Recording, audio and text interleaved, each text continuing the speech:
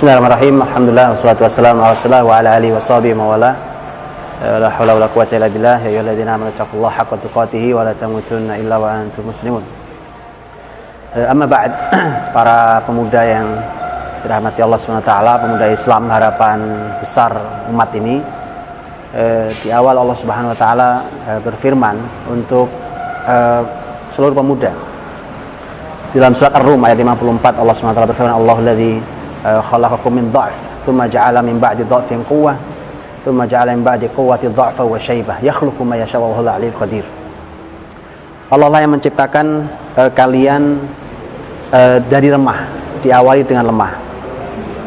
Kemudian setelah itu Allah menjadikan setelah lemah itu kekuatan. Dan setelah kekuatan itu lemah dan beruban, rambut putih. Yakhluqu ma yasha'. Allah menciptakan sebagaimana Allah kehendaki. Dialah Allah yang Maha mengetahui, dialah Allah yang Maha mengukur segalanya, yang Maha kuasa. Ayat ini menunjukkan, kalau kita bahasakan ulang dengan bahasa kita, bahwa pemuda itu posisinya di tengah. Dan posisi di tengah itu adalah, kalau kita bahasakan, dia adalah sebuah kekuatan di antara dua kelemahan. Kelemahan di masa kanak-kanak, semuanya lemah, fisik lemah, akal juga lemah, ilmu belum banyak, pengalaman belum ada, dan seterusnya. Dan lemah yang kedua adalah lemah saat sudah beruban, dan itu biasanya pada orang tua. Orang tua mungkin pengalamannya banyak, mungkin ilmunya banyak, tapi fisik tidak memadai umpamanya. Atau bahkan akal juga, kemampuan berpikir, kemampuan menghafal juga sudah mulai lemah. Sehingga anak muda itu adalah sebuah kekuatan di antara dua kelemahan. Karena itulah maka para ulama membahas tentang mengapa dalam hadis Nabi SAW yang sahih, la tazalu qadama 'abdin yaumal qiyamah, la tazulu qadama 'abdin yaumal qiyamah hatta yus'ala an arba'. Tidak bergeser kaki seorang hamba di padang mahsyar nanti kecuali setelah ditanya 4 hal. An umrihi fima afnah wa an syababihi fima ablah. Tentang umur dihabiskan untuk apa, masa muda dihabiskan untuk apa. Para ulama mengatakan, bukankah masa muda bagian dari umur? Kalau ditanyakan umur pasti akan melewati usia muda, tapi mengapa dipisahkan masa muda? Karena ternyata para ulama mengatakan karena itulah titik kekuatannya. Kekuatan itu ada dua, kekuatan kebaikan dan kekuatan perusakan. Kalau anak-anak mudanya baik, maka harapan kebangkitan ada. Tapi kalau anak-anak mudanya rusak, maka yakinlah itu bangsa yang rusak, pasti akan hancur. Karena itulah maka Imam Ibnu Katsir rahimahullah ta'ala ketika menafsirkan ayat fityatun amanu bi rabbihim wa zidnahum huda, anak-anak muda yang beriman kepada Rabb mereka dan kami tambahi petunjuk, ini untuk Ashabul Kahfi. Imam Ibnu Katsir mengatakan, dan begitulah Rasul Muhammad SAW pun yang mengelilingi dakwah beliau, pendukungnya adalah anak-anak muda.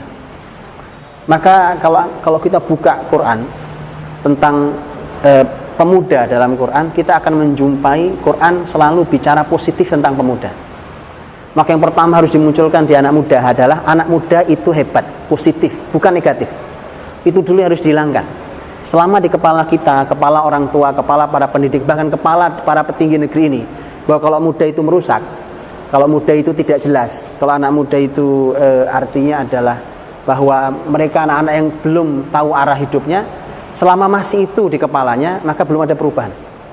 Harus diganti dulu isi kepala kita dan isi anak-anak muda kita, bahwa Anda soleh, Anda cerdas, Anda hebat. Itu dulu, sebelum yang lain. Karena Quran tidak menyisakan ruang untuk anak muda yang rusak. Bisa lihat, kalau kita bicara, contoh nih, dalam Al-Quran, kita bicara keluarga.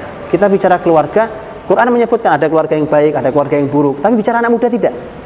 Bicara anak muda semua positif. Paling hanya kisah anak muda yang dua anak muda yang ada dalam kisah surat Yusuf, wa dakhala ma'ahu sijna fatayan, dua anak muda yang masuk penjara bersama Yusuf. Itu pun hanya satu yang rusak, yang satu tidak bersalah. Itu tidak dikisahkan terpisah, supaya untuk menunjukkan bahwa anak muda semuanya positif. Itu dulu. Jangan muncul di kepala kita bahwa anak muda itu rusak, anak muda itu tidak jelas pemikirannya, tidak tahu arah hidupnya, bukan itu. Kemudian setelah itu, karena generasi muda itu adalah potensi kekuatan, maka kekuatan itu memang harus diberikan panduan. Karena kalau tidak, kekuatan itu bisa merusak. dia cenderung akan merusak. Maka harus ada panduannya. Anak-anak muda itu karena dia kuat, diberi apapun oke, gak ada masalah. Umpamanya disuruh hafal 30 juz, selesai 30 juz. Anak muda, orang tua mungkin masih berpikir ulang, apa iya saya selesai? Anak muda itu harus punya kekuatan tekad yang itu selalu tergambarkan di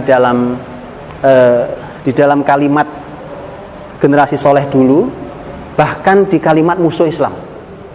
Nah, dikisahkan bahwa ada pembesar Romawi yang menyusupkan orang ke muslimin, disuruh duduk untuk mengamati bagaimana muslimin, dan itu banyak anak muda rata-rata. Jawabannya jelas, mereka adalah ruhbanul lail. Kalau malam hari mereka jadi rahib. Tahu sendiri rahib, bahasa rahib untuk bahasa mereka, duduk, berzikir, ibadah, sujud, segala macam. Kalau siang hari mereka fursanun nahar. Mereka fursan itu pengendara kuda, ketangkasan, kesatria. Begitu. Anak muda, insya Allah dia harus diarahkan untuk sampai menjadi ruhbanul lail wa fursanun nahar. Dan itu karena itulah anak muda ini perlu pembimbing. Harus ada pembimbingnya yang mendesain mereka dan mendesain perjalanan mereka. Perlu itu. Karenanya Rasul dululah yang mendesain para sahabatnya. Generasi-generasi muda itu didesain sedemikian luar biasa dan diarahkan, nanti akan bermunculan sendiri. Kalau diberikan pondasi yang sama, pondasinya harus sama dulu. Jadi harus pondasi yang sama. Seluruh anak muda harus dibuat standarisasi yang sama. Contoh, standarisasi yang sama itu, mereka harus punya standar minimal ilmu agama. Contoh, Quran kasihlah minimal, umpamanya kalaupun tidak 30 juz hafal, kalau bisa Masya Allah, ini sekumpulan anak muda hafal 30 juz tambah sekian ratus sekian ribu riwayat hadis, umpamanya kita fikih selesai dari awal sampai akhir. Ini gak sulit, wallah tidak sulit, asal mereka mau duduk konsisten dan ada pembimbingnya. Ketika standarisasinya muncul, nanti akan ibarat tanaman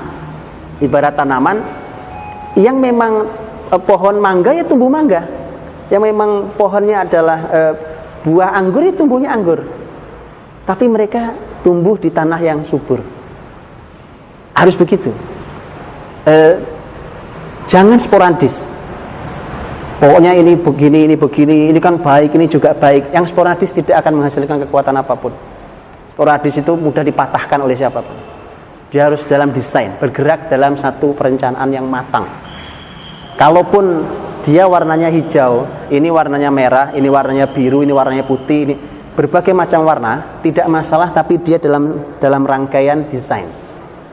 Dalam rangkaian kerangka yang jelas, dibuatkan standarisasi yang jelas seperti dulu para sahabat. Setelah itu masalah keahlian akan muncul dengan sendiri sesuai dengan bakatnya. Kalau bakatnya mangga, munculnya mangga. Kalau bakatnya anggur, munculnya anggur. Gak usah khawatir itu. Tapi standarisasi harus sama. Kalau selama standarisasinya belum sama, nanti jangan-jangan hanya muncul anak muda yang ilmunya tinggi, sekolah sampai kemana-mana, tapi sebenarnya otaknya liberal. Atau kemudian dia berpikir ya sekedarnya aja, yang penting dia sholat, muslim, tapi tidak pernah dia berpikir lebih dari itu untuk Islamnya. Karenanya inilah yang dulu dihadirkan oleh Rasulullah SAW. Rasul generasi muda dididik oleh beliau dengan berbagai macam keahlian, tetapi diberikan standarisasi yang kurang lebih sama. Setelah itu diberikan oleh Nabi kalimat. Kata Nabi, afrodukum Zaid, paling ahli dalam ilmu faraid Zaid. Ketika Nabi bicara Abdullah bin Abbas, Nabi mengatakan Allahumma faqihu fiddin wa alimhu ta'wil. Jelas ini pakar tafsir. Ketika Nabi bicara tentang Amr bin As radhiyallahu anhu, umpamanya Nabi para sahabat memberikan kalimat yang luar biasa. Umar umpamanya mengatakan bahwa Amr bin As itu adalah orang yang dimanapun dia berada layak jadi pemimpin. Kemudian umpamanya kalimat waqdakum Ali, yang paling ahli dalam masalah hukum pengadilan Ali. Jadi jelas dia akan tumbuh masing-masing sesuai dengan apa bibit aslinya sebenarnya. Tetapi standarnya sama dulu. Nah, PR-nya adalah buat standarisasi yang sama, pondasi yang sama, Setelah itu mereka akan tumbuh seperti bangunan ini yang saling menopang satu sama lain sampai jadi bangunan kokoh dengan izin Allah SWT. Allah Ta'ala. Assalamualaikum warahmatullahi wabarakatuh.